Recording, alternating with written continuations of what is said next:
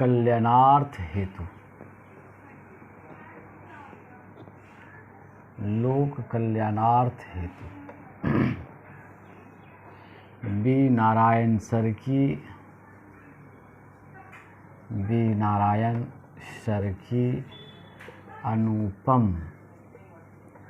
अनुपम प्रस्तुति।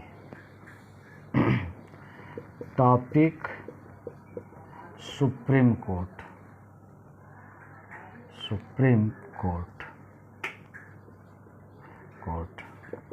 उच्चतम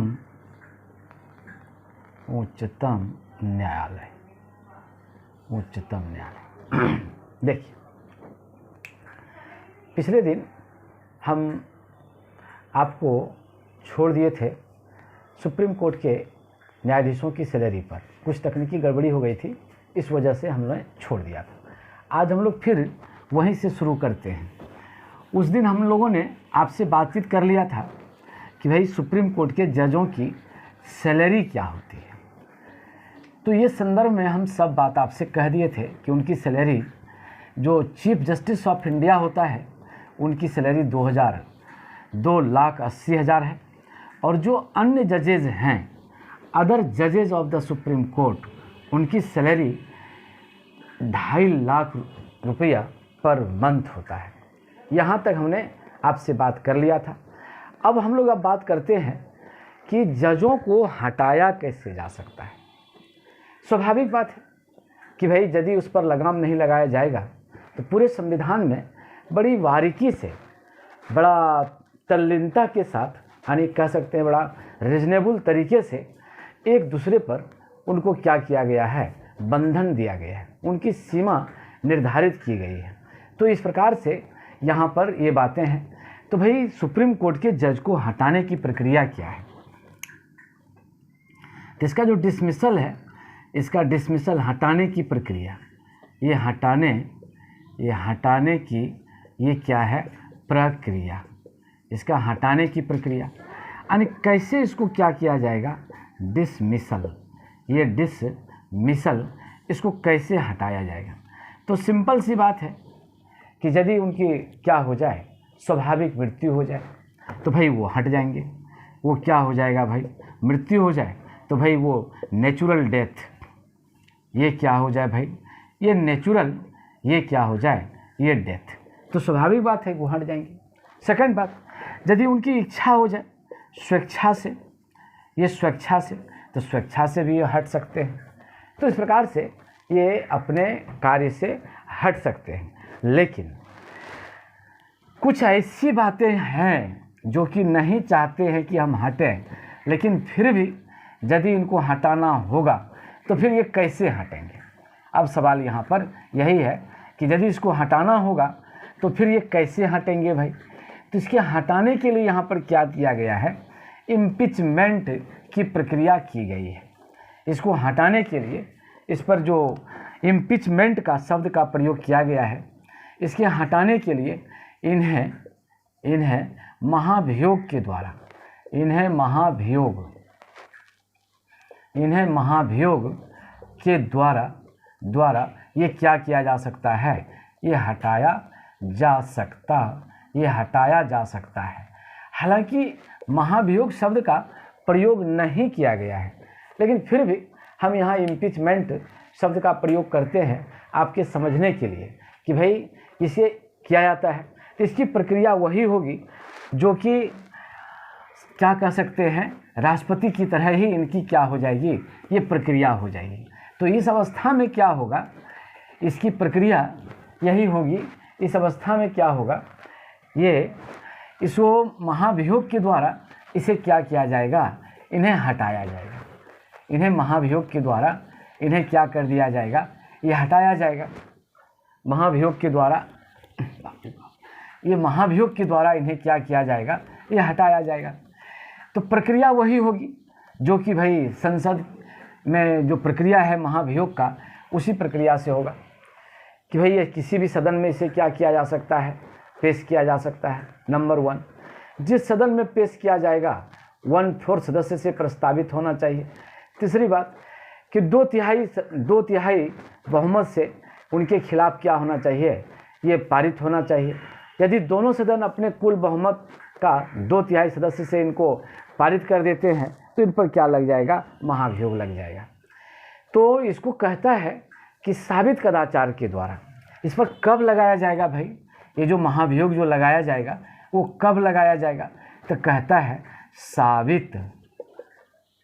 साबित कदाचार, ये साबित कदाचार एवं किस पर,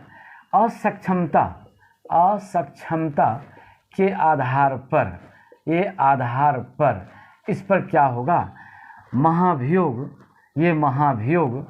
क्या होगा, ये लाया जाएगा। या राष्ट्रपति इन्हें अपने पद से क्या कर सकते हैं, इन्हें पद से हटा सकते हैं, हटा सकते हैं। यानी इसके ऊपर क्या हो जाए, कदाचार ये क्या हो जाए, साबित हो जाए, प्रूफ हो जाए। असक्षमता, इसमें जो इफ़िशियंसी है वो कम हो जाए, तो उस आधार पर यहाँ पर क्या लगा दिया जाएगा, राष्ट्रपति के द्वारा इन्हें क्या किया जाएगा, हटा दिया जाएगा। और प्रक्रिया एकदम महाभियोग की तरह होगी, लेकिन इस प्रक्रिया, इस शब्द का प्रयोग यहाँ नहीं किया गया है। इस प्रकार से सुप्रीम कोर्ट के जजों को या क्या किया जा सकता है, हटाया जा सकता है। तो ये हटाने की इनकी क्या है, ये प्रक्रिया है। ये सुप्रीम कोर्ट के जज को हटाने की ये क्या है, ये प्रक्रिया है। अब हम इसके क्या देखते हैं, कार्य एवं क्षेत्राधिकार को देखते हैं। हम क्या देखते हैं, इनके कार्य एवं क्षेत्राधिकार को देखते हैं कि इनका कार्य एवं क्षेत्राधिकार क्या है, ये चीज़ हम लोग यहाँ पर देखते हैं। तो सुप्रीम कोर्ट के कार्य एवं क्षेत्राधिकार, तो हम लोग यहाँ पर लिखते हैं सुप्रीम कोर्ट के कार्य एवं क्षेत्राधिकार। उच्चतम न्यायालय के, ये है उच्चतम न्यायालय, ये उच्चतम न्यायालय के कार्य एवं क्षेत्राधिकार, ये है ये क्या है, क्षेत्राधिकार। उच्चतम न्यायालय के कार्य एवं क्षेत्राधिकार, इसका क्या है, फंक्शन एंड जुरिस्डिक्शन। इसमें क्या है, सबसे पहला है प्रारंभिक क्षेत्राधिकार। ये क्या है भाई, प्रारंभिक क्षेत्राधिकार। सेकंड इसमें हम लोग क्या देखते हैं, ये है अपीलीय क्षेत्राधिकार, ये है अपीलीय क्षेत्राधिकार। तीसरा हम लोग यहाँ पर क्या देखते हैं भाई, तो थर्ड में हम लोग यहाँ पर देखते हैं परामर्शदात्री क्षेत्राधिकार। परामर्शदात्री, ये क्या है भाई, ये क्षेत्राधिकार। चौथा में हम लोग यहाँ पर क्या देखते हैं भाई, ये जो परामर्शदात्री क्षेत्राधिकार है, इसमें हम लोग देखते हैं अभिलेखीय क्षेत्राधिकार। ये क्या है, क्षेत्राधिकार, अभिलेखीय क्षेत्राधिकार। पांचवा में हम लोग क्या करते हैं, रीट जारी करने का अधिकार। रीट जारी करने का ये क्या है भाई, ये अधिकार। तो इस प्रकार से उच्चतम न्यायालय के क्या है, क्षेत्राधिकार है। These are the jurisdiction of supreme court. तो हम लोग सबसे पहले देखते हैं, सबसे पहले लोग चलते हैं प्रारंभिक क्षेत्राधिकार में। ये प्रारंभिक क्षेत्राधिकार इनका क्या है, इसी पर हम लोग फोकस डालते हैं। तो first of all I will explain what is primary jurisdiction of the supreme court. इसका प्राइमरी जुरिस्डिक्शन इसका क्या है, इसी पर हम लोग विचार करते हैं। तो हम लोग लिखते हैं प्रारंभिक क्षेत्राधिकार, ये है प्रारंभिक क्षेत्राधिकार। प्रारंभिक क्षेत्राधिकार, इसको हम लोग कहते हैं प्राइमरी जुरिस्डिक्शन। ये है प्राइमरी जुरिस्डिक्शन,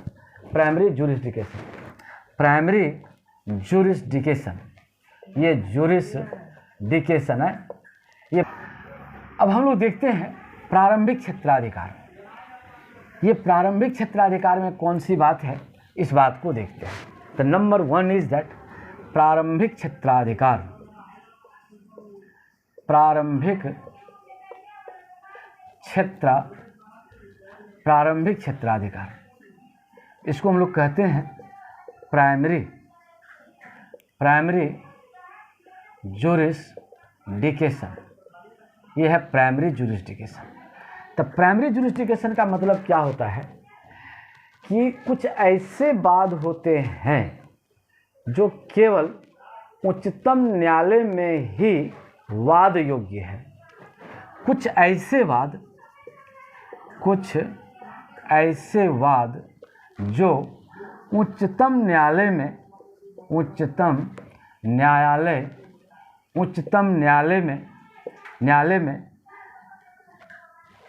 कुछ ऐसे वाद जो उच्चतम न्यायालय में वाद योग्य होते हैं। यही क्या कहलाता है? प्राइमरी क्षेत्राधिकार। अन्यत्र क्षेत्र में इनका क्या किया सकता है? लाया नहीं जा सकता है या पेश नहीं किया जा सकता है। जैसे कि हम आपसे कहें कि भाई भारत सरकार और एक या एक से अधिक राज्यों के बीच विवाद, जैसे हम लोग कहें नंबर 1 भारत सरकार एवं एक या एक से अधिक राज्यों के बीच का विवाद, राज्यों के बीच का ये क्या है भाई? ये है विवाद। सेकंड में हम लोग कहते हैं भारत सरकार और 2 या 2 से अधिक राज्यों के बीच विवाद, और 2 या 2 से अधिक राज्यों के बीच का विवाद, राज्यों के बीच का विवाद।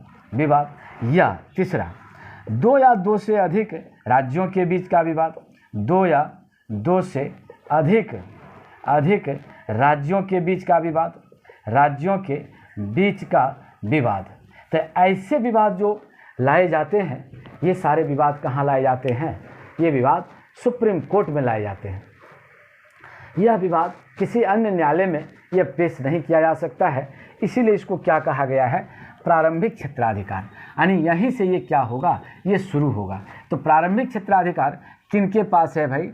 मूल रूप से किनके पास है? तो ये मूल रूप से आपका प्रारंभिक क्षेत्राधिकार ये सुप्रीम कोर्ट के ही पास है। इसी प्रकार से हम लोग इसमें देखते हैं, अब दूसरा क्षेत्राधिकार देखते हैं इसको हम लोग कहते हैं अपीलीय क्षेत्राधिकार। ये अपीलीय क्षेत्राधिकार।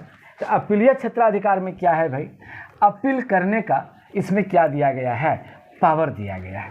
तो कौन मुकदमा यहाँ पर अपील होगा? यहाँ पर है अपीलीय क्षेत्राधिकार। ये है अपीलीय क्षेत्राधिकार। ये है अपीलीय क्षेत्राधिकार। ये है अपीलीय। ये अपीलीय ये क्या है? ये क्षेत्राधिकार, अपीलीय क्षेत्राधिकार। Appellate jurisdiction. ये जो अपीलेट जुरिस्डिक्शन है, इसमें क्या क्या है भाई? इसमें हो सकता है दीवानी मुकदमा की अपील हो सकती है, दीवानी मुकदमा की अपील हो सकती है, दीवानी मुकदमा की अपील हो सकती है। फौजदारी, ये फौजदारी मुकदमा की अपील हो सकती है, मुकदमा की ये क्या हो सकती है? अपील हो सकती है। और किसकी अपील हो सकती है? संवैधानिक मामलों की अपील हो सकती है। संवैधानिक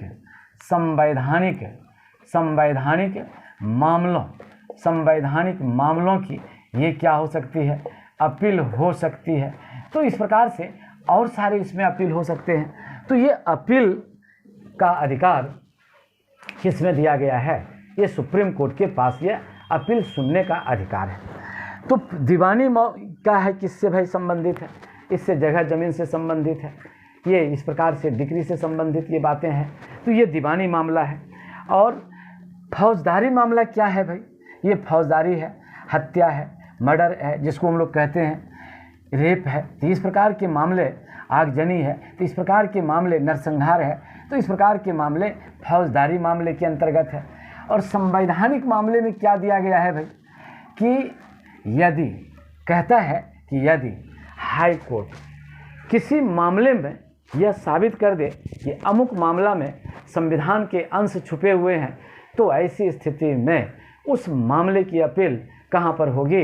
यह सुप्रीम कोर्ट में होगी। यानी कि सुप्रीम या हाई कोर्ट को साबित करना पड़ेगा कि अमुक मुद्दे में, अमुक मामले में, अमुक इशू में कौन चीज़ का मामला सुलझा हुआ है, कौन समाया हुआ है। ये सुप्रीम कोर्ट का ये संवैधानिक मामला छुपा हुआ है, तो ऐसे मामलों की अपील कहाँ पर होगी?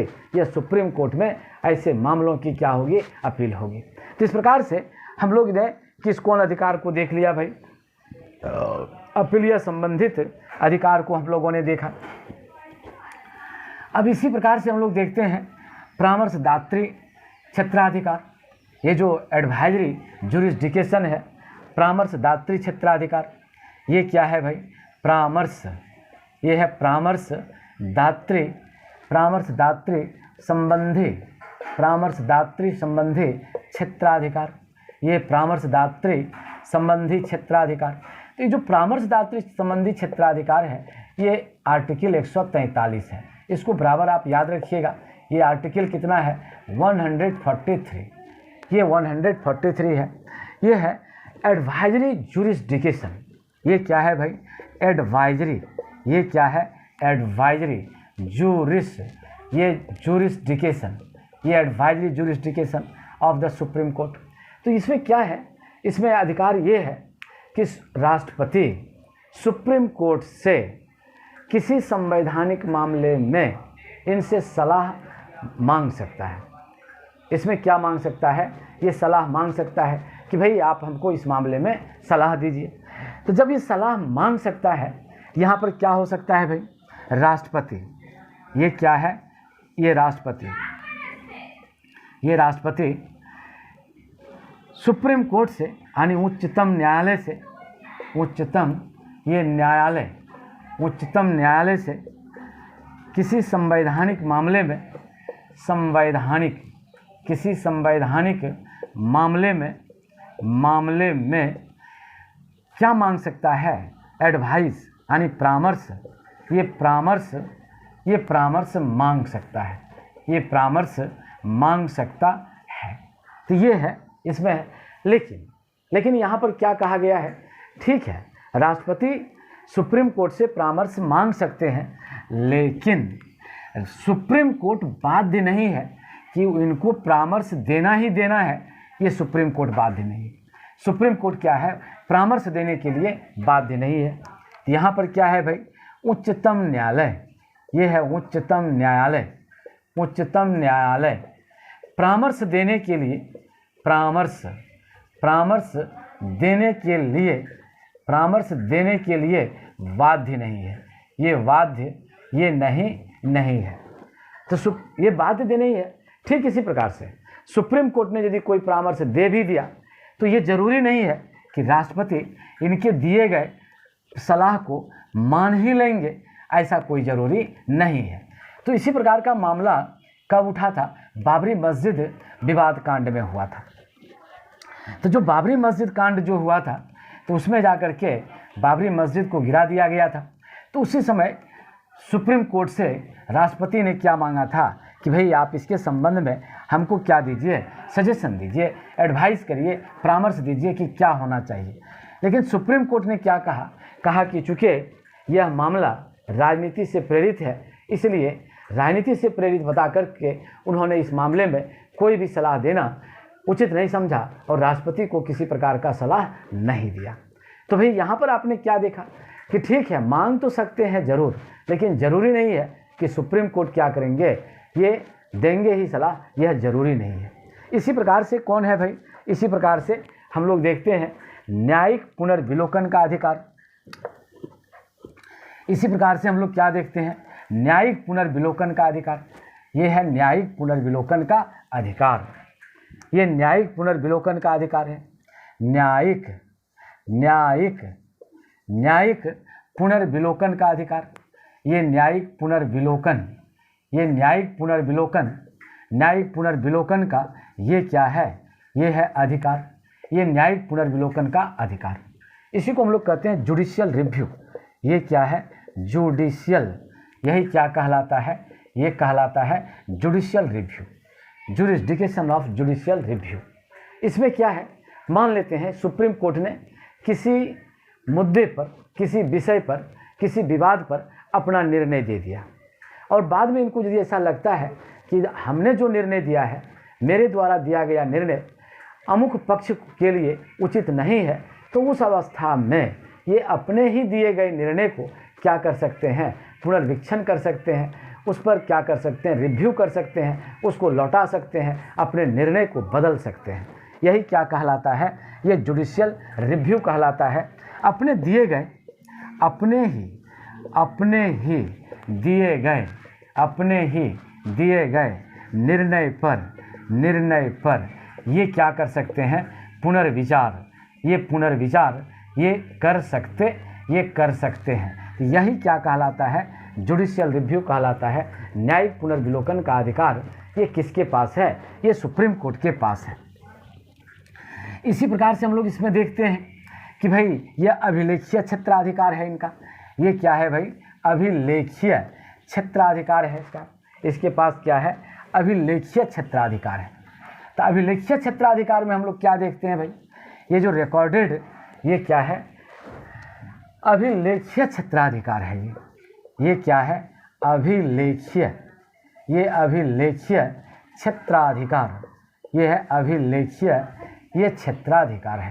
तो अभिलेखीय क्षेत्राधिकार में क्या है कि सुप्रीम कोर्ट जो निर्णय देते हैं उसको आधिकारिक तौर पर प्रकाशित किया जाता है। सुप्रीम कोर्ट के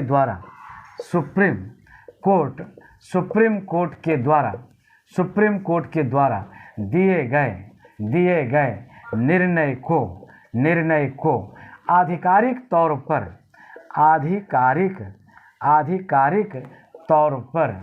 क्या किया जाता है, प्रकाशित किया जाता है। किया जाता है।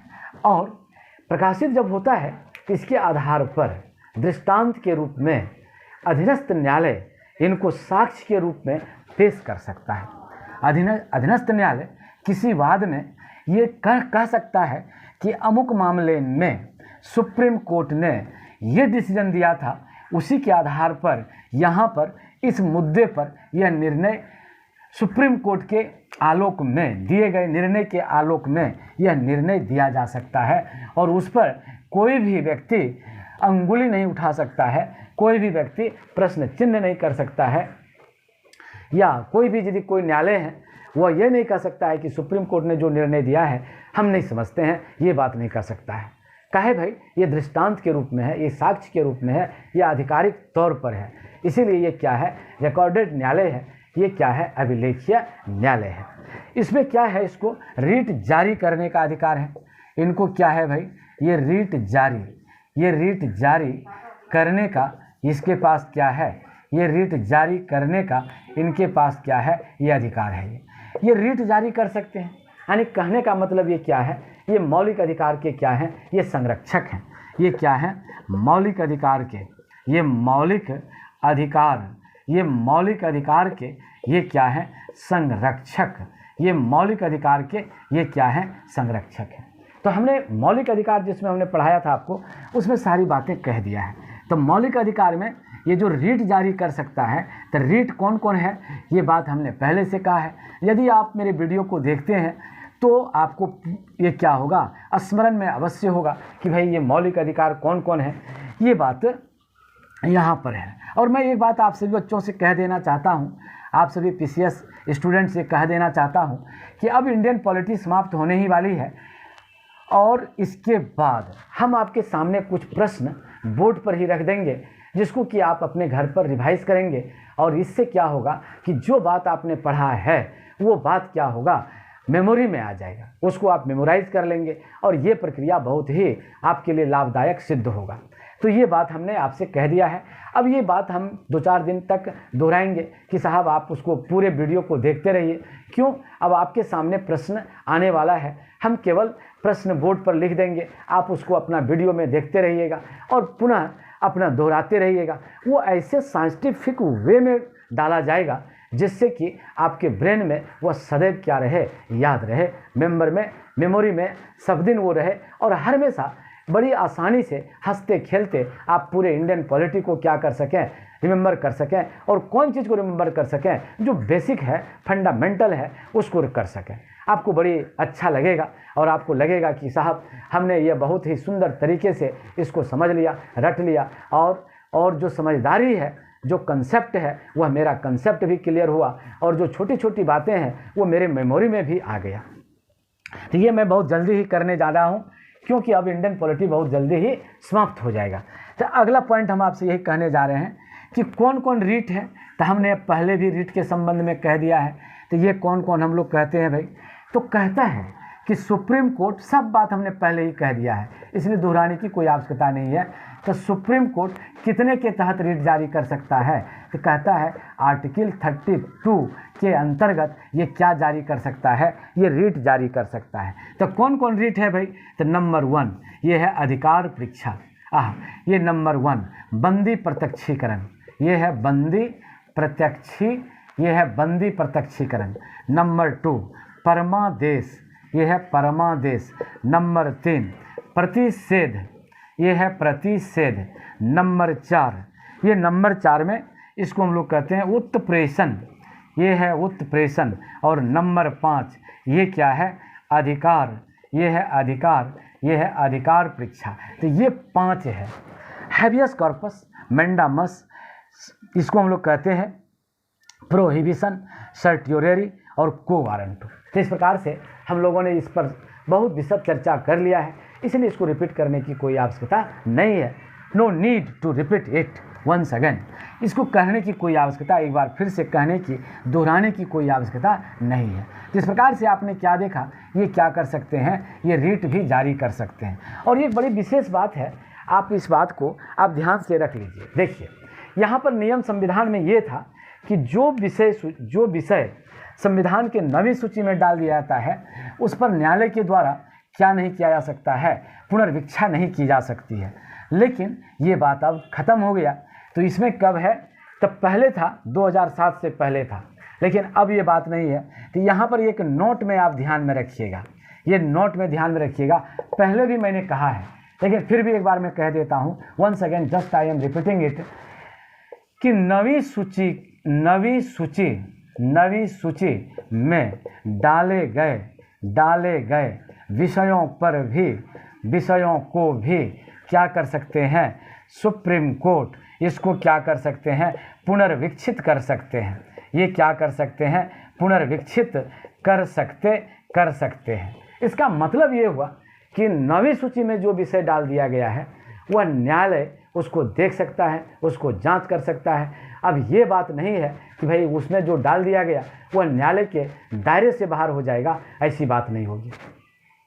ये बात 2007 में ये सभरवाल, उसमें कौन थे, जस्टिस, उसी के सभरवाल बेंच के द्वारा ये बात कर दिया था कि अब नवी अनुसूची में भी जो कुछ विषय है वह भी सुप्रीम कोर्ट के दायरे से बाहर नहीं है, वह भी जांच के दायरे में आ गया है। इस प्रकार से हमने ये नवी सूची के संबंध में भी हम लोगों ने देख लिया। तो अगला पोर्शन हम लोग यहाँ पर देखते हैं भाई।